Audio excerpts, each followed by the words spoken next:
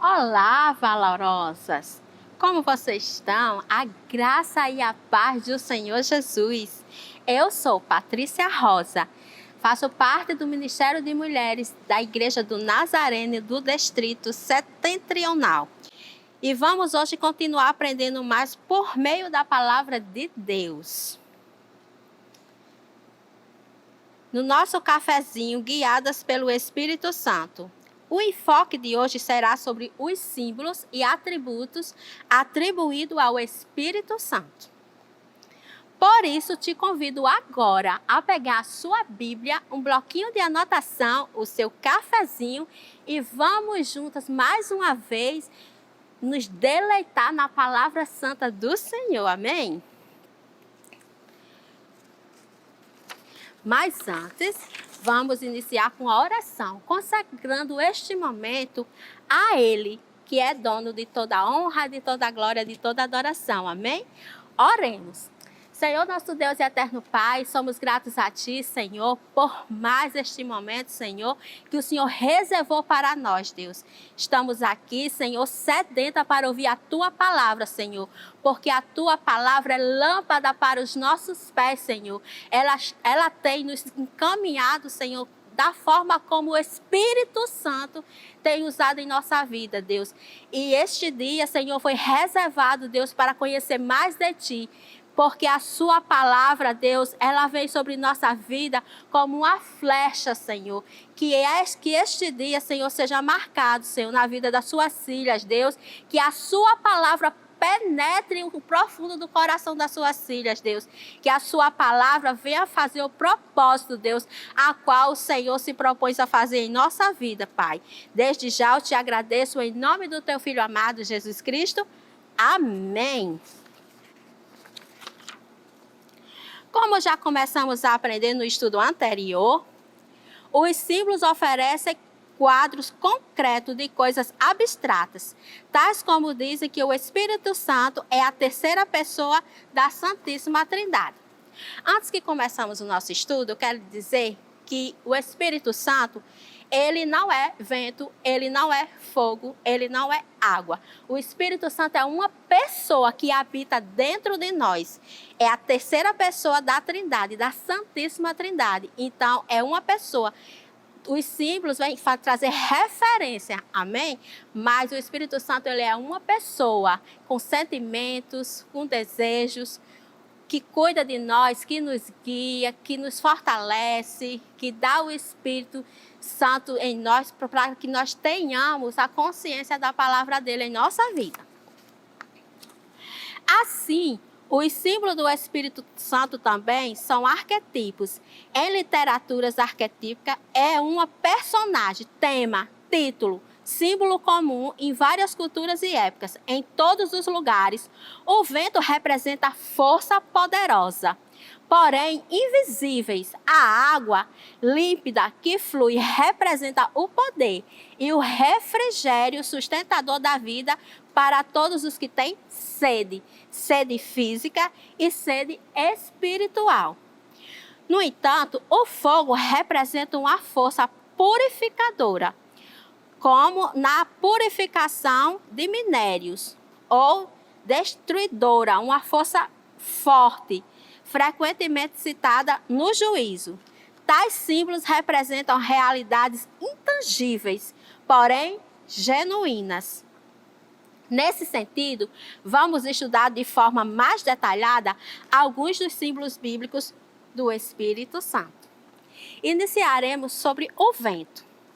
A palavra hebraica rush tem amplo alcance sistemático, podendo significar sopro, espírito. O vento é empregado em paralelo como nefesh.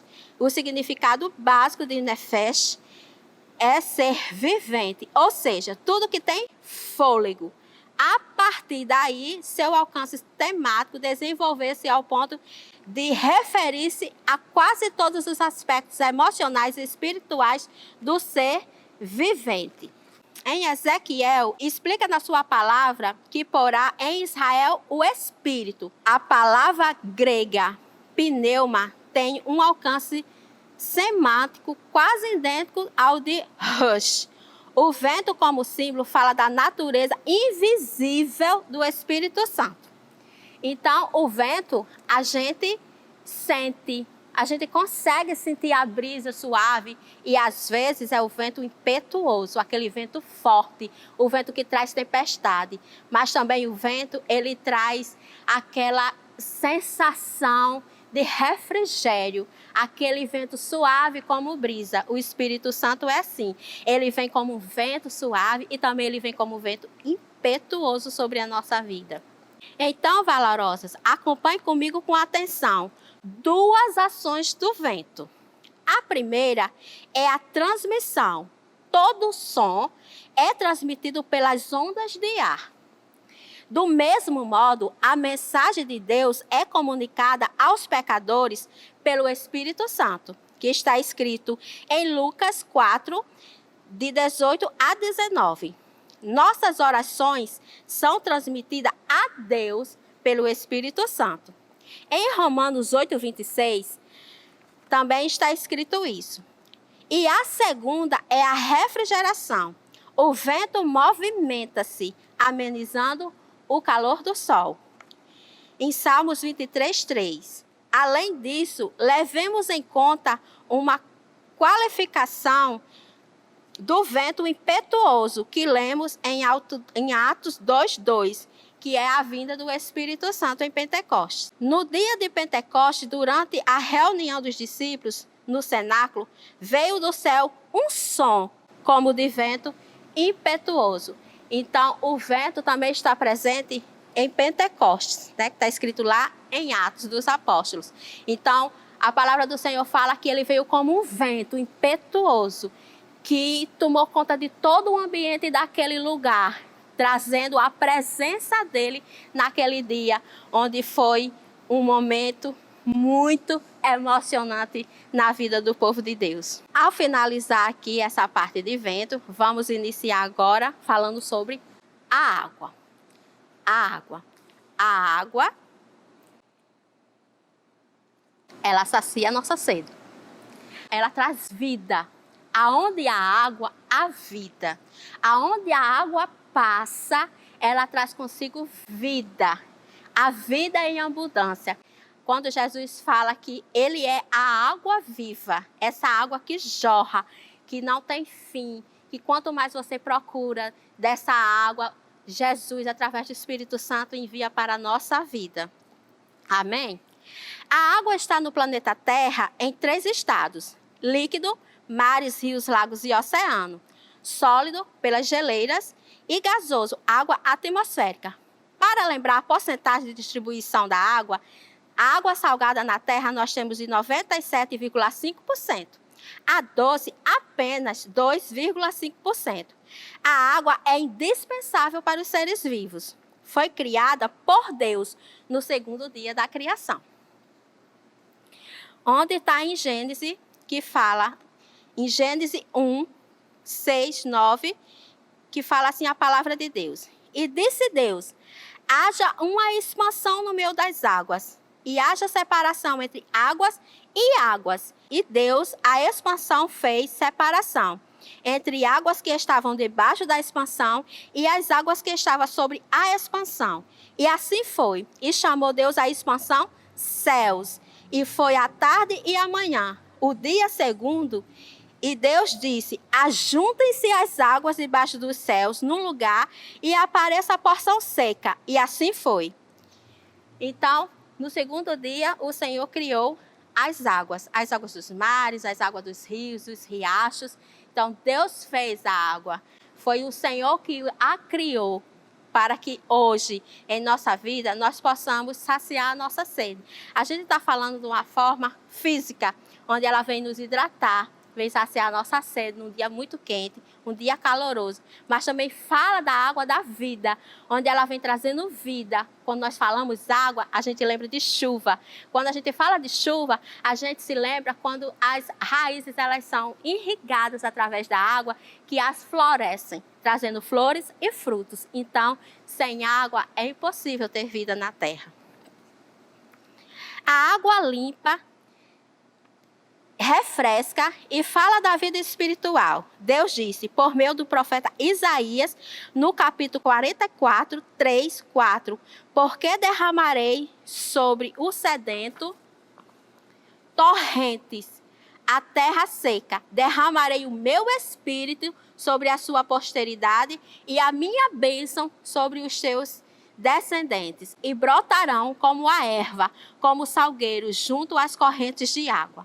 No Evangelho de Jesus Cristo, segundo João, no capítulo 4, 14, mas todo aquele que beber da água que eu lhes der, nunca mais terá sede. E na primeira carta aos Coríntios 12, 13, e a todos foi dado de beber de um só Espírito. Então, assim, a água, ela vem purificar. A água vem trazer esse fôlego em nossa vida. É necessário ao sustento da vida. Jesus prometeu rios de água viva. Ele nos prometeu. E assim disse ele do Espírito, que está escrito em João 7,39.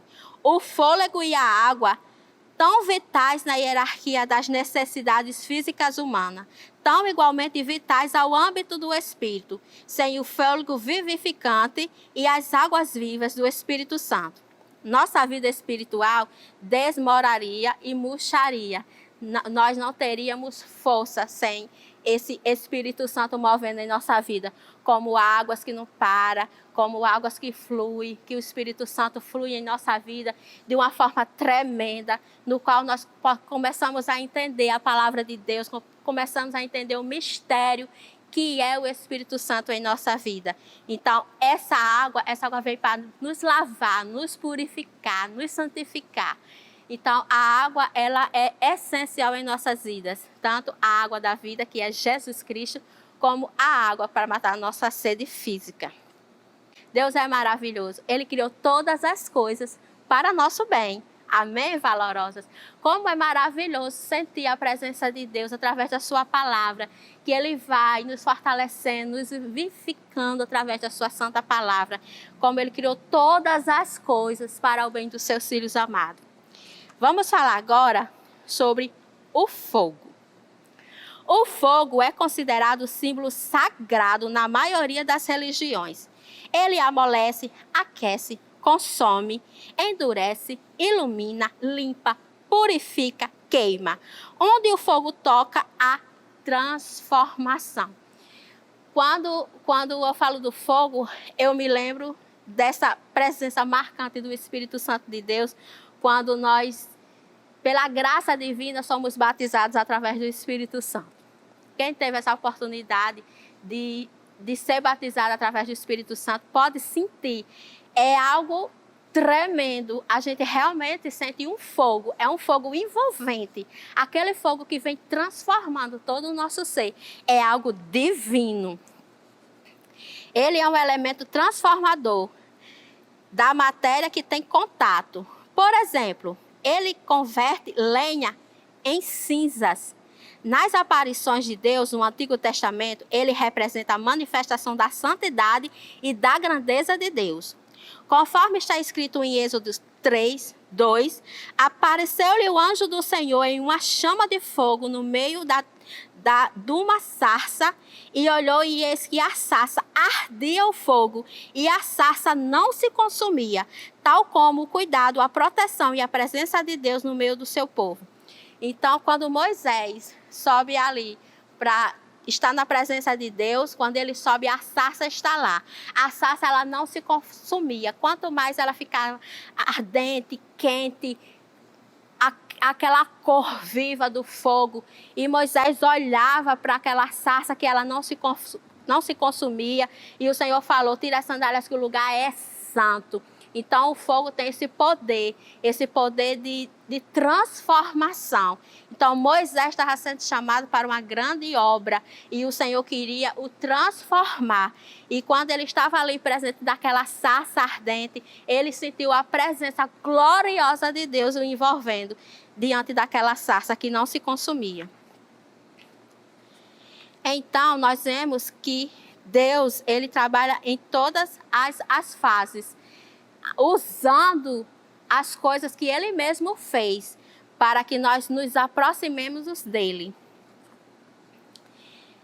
E em Êxodo 13, 21, 22, fala assim: e o Senhor adiante deles de dia numa coluna e de nuvem para os guiar pelo caminho, e de noite numa coluna de fogo para os iluminar, para que caminhassem de dia e de noite. Então a palavra do Senhor nos fala que o Senhor, ele cuida tanto do seu povo, que durante o dia ele colocava uma coluna de nuvem e durante a noite uma coluna de fogo, porque à noite era deserto e era frio. Então o fogo vinha para aquecer o povo de Israel durante aquela caminhada no deserto.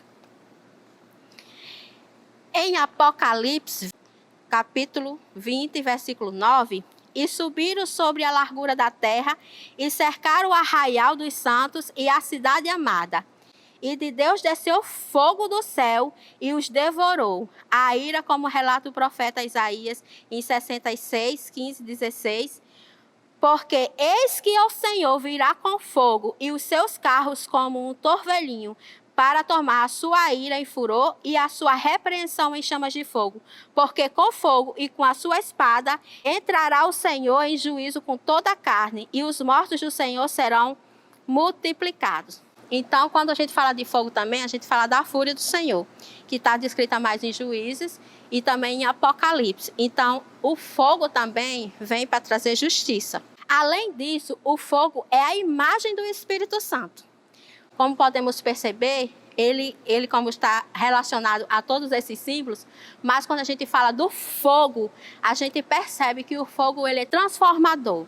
Ele vem para transformar, principalmente a vida dos novos convertidos. Quando nós aceitamos Jesus e nós temos um encontro real com o Senhor e nós temos o Espírito Santo de Deus em nossa vida, a gente percebe que o batismo com o Espírito Santo vem só selar essa promessa de Deus na nossa vida. João, em Apocalipse 4, 5, fala assim: do trono saíam relâmpagos e trovões, e vozes diante do trono ardiam 7 lâmpadas de fogo, as quais são os 7 Espíritos de Deus. E o profeta Isaías, no capítulo 11, 2, fala assim: e repousará sobre ele o Espírito do Senhor, o Espírito de sabedoria e de entendimento, o Espírito de conselho e de fortaleza, o Espírito de conhecimento e de temor do Senhor. No dia de Pentecostes, os discípulos viram línguas como de fogo. Como relata lá em Atos 2, 3, 4, e foram vistas por eles línguas repartidas como de fogo, os quais pousaram sobre cada um deles, e todos foram cheios do Espírito Santo. E começaram a falar em outras línguas, conforme o Espírito Santo lhes concedia que falassem. Vale ressaltar a ordem do Antigo Testamento quanto ao fogo. No altar da presença do Senhor, o fogo arderá continuamente sobre o altar, não se apagará. E está escrito lá em Levítico 6:13.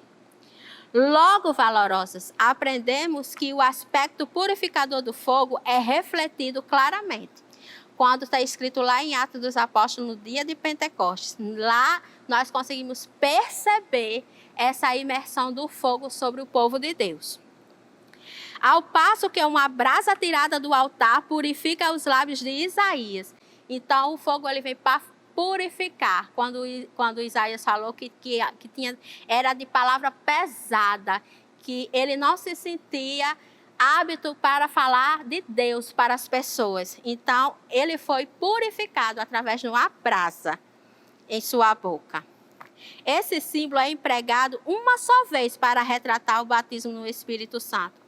O aspecto mais amplo do fogo como elemento purificador encontra-se no pronunciamento ou profecia de João Batista, quando ele fala: ele nos batizará com o Espírito Santo e com fogo, e em sua mão tem a pá, e limpará sua eira, e recolherá do celeiro o seu trigo, e queimará a palha com fogo, que nunca se apagará.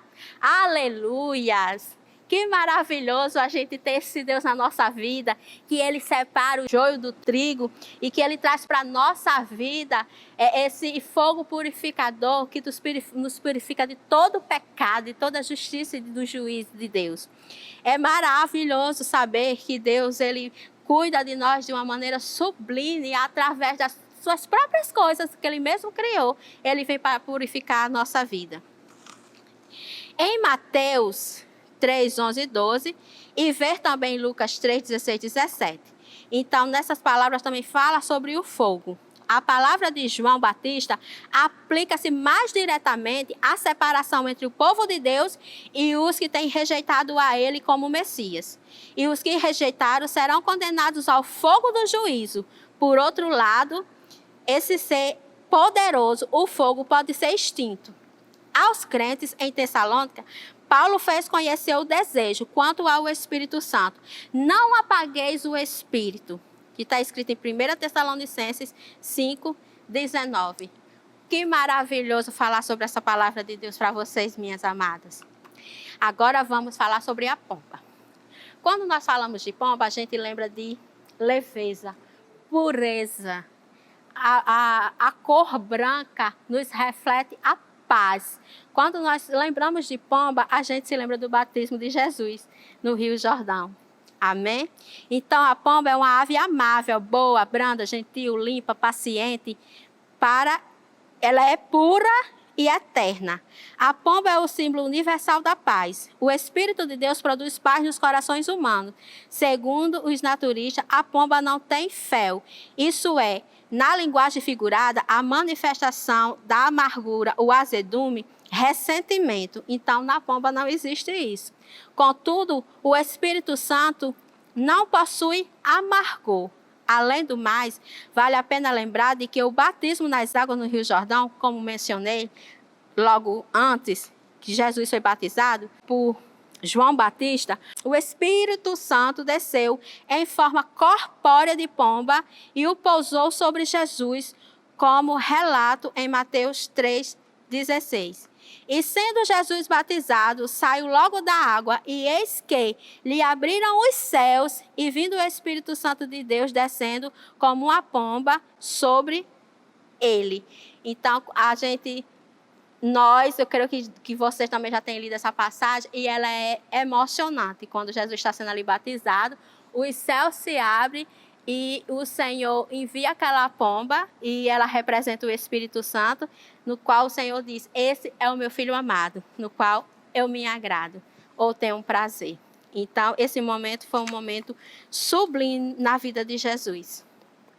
Que ele trouxe o exemplo que, como ele foi batizado, nós também devemos nos batizar para falar para o mundo que nós não somos mais do mundo, mas nós somos dele. Amém? Vamos falar agora sobre o selo. Nos tempos bíblicos, o selo era usado para designar a posse de uma pessoa sobre algum objeto ou alguma coisa por ela selada. Nos tempos remotos, o uso mais comum do selo era na autentificação de documentos, cartas, títulos, propriedades, recibos, mercadorias ou dinheiro. Desse modo, o selo indica propriedade, posse. Portanto, fomos selados pelo Espírito Santo.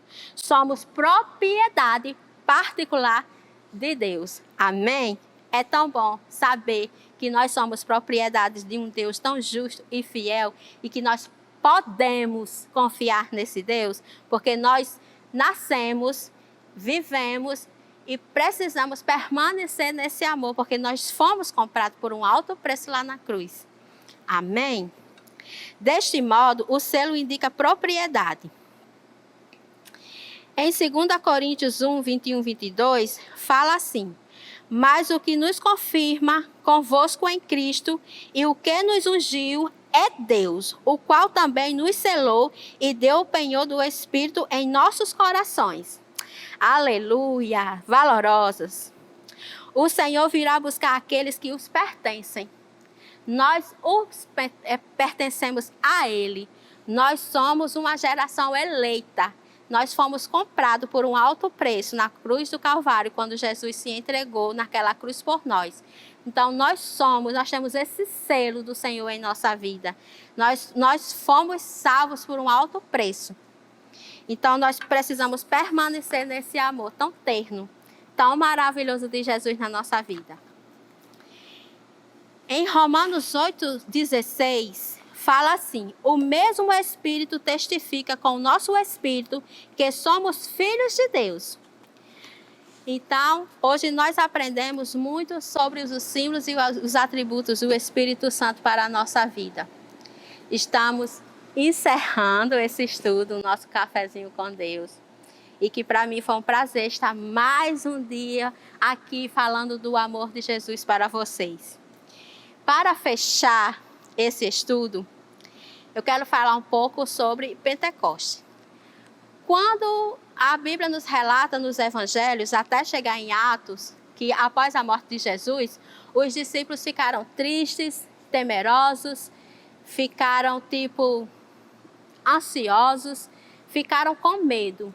Mas após, lá em Atos, relatado a vinda do Espírito Santo, eles tiveram uma outra visão. Eles ficaram cheios do Espírito Santo e vieram sobre ele uma ousadia sobrenatural para pregar o Evangelho de Jesus. Então, Jesus veio para nos mostrar o Pai dele. E o Espírito Santo veio para nos confortar. Então, Jesus falou que iria, mas não nos deixaria órfãos. Ele deixaria conosco o Espírito Santo de Deus para que tudo que viesse a acontecer, nós estivéssemos preparados e também tivesse um ajudador que nos ajudaria em todos os momentos. Então, após a descida do Espírito Santo em Pentecostes, os discípulos, eles tiveram ousadia e saíram pregando a palavra de Deus, curando através do Espírito Santo, tendo ousadia na palavra, sem medo. Então, o Espírito Santo veio para nos trazer isso à nossa vida. Amém? Então, quanto é essencial sermos guiados por esse Espírito Santo. Como é importante termos o discernimento que nós não estamos sozinhos aqui na terra, mas que Jesus deixou o Consolador para nos guiar em santidade, pregando a tua palavra, vivendo o melhor de Deus, sendo discípulos, sendo missionários, pastores, pregando a sua palavra para que ele seja cada dia mais conhecido. Então, o Espírito Santo veio nos dar essa ousadia. Então, o crente autêntico que tem o Espírito Santo, ele não quer só para si.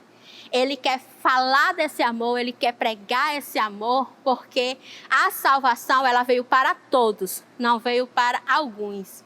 Então, até então a gente aceitar Jesus, nós éramos criaturas. Após aceitar Jesus, nós nos tornamos filhas, adotadas por esse Deus tão maravilhoso. Então, vamos encerrar esse nosso momento com uma oração, agradecendo a Deus por este momento tão precioso na presença de Deus. Oremos. Senhor, nosso Deus, eterno Pai, sou grata a Ti, Senhor, por tudo quanto o Senhor tem feito, por tudo que o Senhor tem nos direcionado, Deus. Sou grata a Ti pela Tua palavra, a Sua palavra, porque a Sua palavra ela é boa, perfeita e agradável, Senhor, que tem nos guiado, Deus, conforme a Tua vontade e o Teu querer, Jesus. Senhor, abençoe as Suas filhas que estão neste momento, Senhor, ouvindo a Tua palavra, aprendendo mais de Ti, Senhor, que o Senhor possa, Senhor, estar nos lares dela, Deus, como uma brisa suave, como um vento leve, como fogo consumidor, Senhor, que elas venham sentir a Tua presença, Senhor, nos seus lares, Deus, trazendo paz, trazendo refrigério, Senhor, que a palavra, Senhor, que o Senhor veio ministrar aos nossos corações, Senhor, esse dia, seja com elas, que elas possam pensar, que elas possam frutificar através da Tua palavra, Deus, porque a Sua palavra ela é lâmpadas para os nossos pés, Senhor, e nós somos guiadas através da Tua palavra, conforme o Teu Espírito Santo é conosco, Deus. Paizinho querido, Deus de amor, eu Te agradeço, meu Senhor, por mais essa oportunidade, Deus, fica conosco, Deus, permanece conosco, Senhor, durante esse dia, Deus, porque o Senhor é bom, o Senhor tem cuidado do Seu povo, Pai, que nós possamos, Senhor, ter a convicção, Senhor, que a Tua palavra, Deus, ela chega em nossa vida para transformar o ambiente, para transformar, Senhor. Que o Senhor possa ser, Deus, esse agente transformador na nossa vida dia após dia, Pai. E desde já eu te agradeço, Deus, em nome de Jesus. Amém. Até outra oportunidade valorosa. Fiquem com Deus.